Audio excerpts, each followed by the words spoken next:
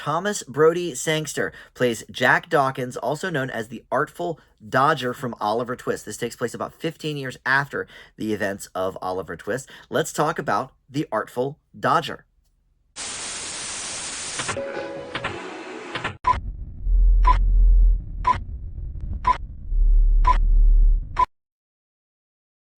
Hey guys, Dan here. This is Dan Reviews It. Welcome to my TV review for The Artful Dodger. You can check out all 8 episodes of this on Hulu and Disney+. And I'm not sure if this is meant to be a full-blown series or not, or if we're just going to get these 8 episodes and that's it. This is an Australian TV series, so a lot of times they'll just throw up a few episodes and say, okay, that's it, everybody. So I don't know. I would love to see this as a continuing series, honestly, because it was a lot of fun. We'll talk about why here in just a moment. First, though, let me welcome you to Dan Reviews It. Thank you for finding this video. We do movie and TV reviews here on the channel, and just about every day I try to post something, so there's always a lot going on. Please check out the playlist on the homepage.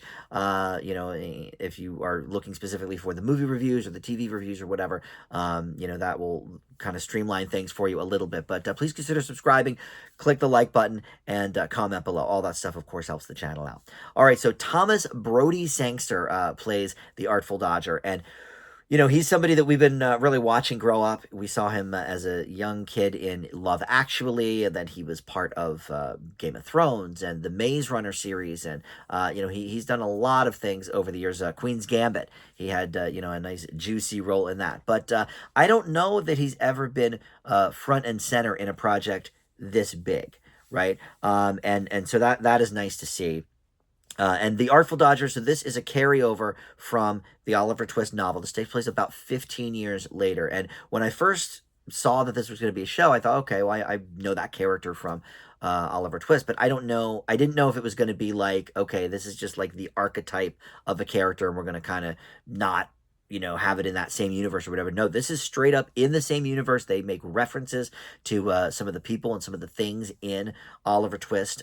So this is the same character that you may know from that. But this takes place after he's busted out of prison by the man who sent him there, and he is trying to figure out, where his surgeon skills are going to take him in this new sort of life of his. But he reteams with his old surrogate father and convicted thief Fagin, and between the two of them, they decide, okay, well, maybe I can do both. Maybe I can be a grifter and as well perform surgeries. And then we have Maya Mitchell, who is playing a new character. You may know her from the Freeform shows Good Trouble and The Fosters, but she's playing Lady Belle Fox, who is a character designed for this show.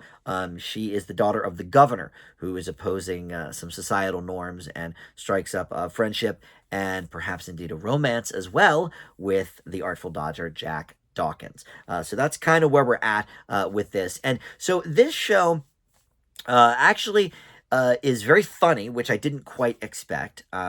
Dickens novels are not typically hilarious, but this takes it in a little bit of a comedic direction.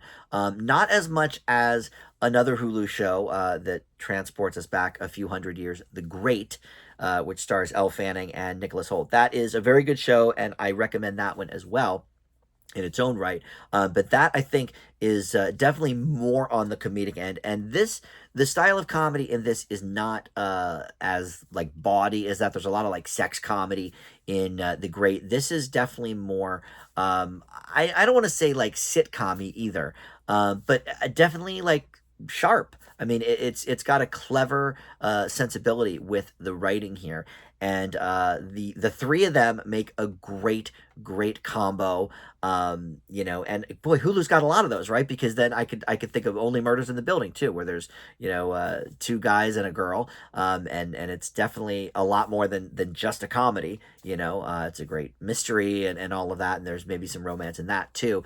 And here it's a great extension of the Dickens work. I'm not as familiar with Oliver Twist as I am with some of the other ones. Obviously, Christmas Carol, comes to mind. I think we're all probably the most familiar with that story. But I've definitely read Oliver Twist.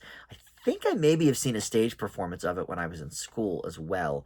But it's got that same sensibility in terms of the characters and stuff. And each episode has been getting progressively better the more we're getting to know these characters.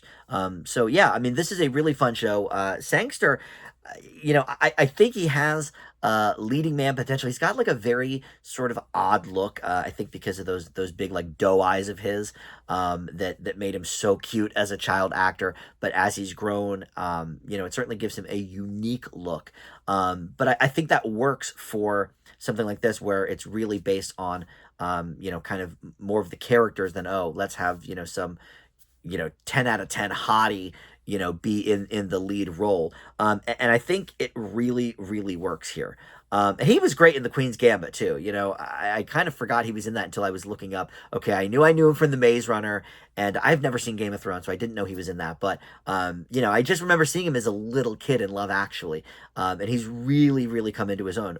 Not unlike from the great Nicholas Hoult, which I keep talking about because he was a kid star in the Hugh Grant movie About a Boy, and he's really grown into an interesting actor in his adult years. So look, I don't know, like I said, if this is slated to be a mini series or not. I would love to see more seasons of this, though. I think it's one of the more fun shows of the year, and I leave The Artful Dodger with an A minus. And you can check this out now. Like I said, all 8 episodes from this first season or whatever are streaming on Hulu and Disney Plus right now. They're doing a lot of that sort of let's put it on both. Because they're kind of doing that synergy there. But anyway, thank you so much for watching Dan Reviews It, and we'll see you next time. Bye.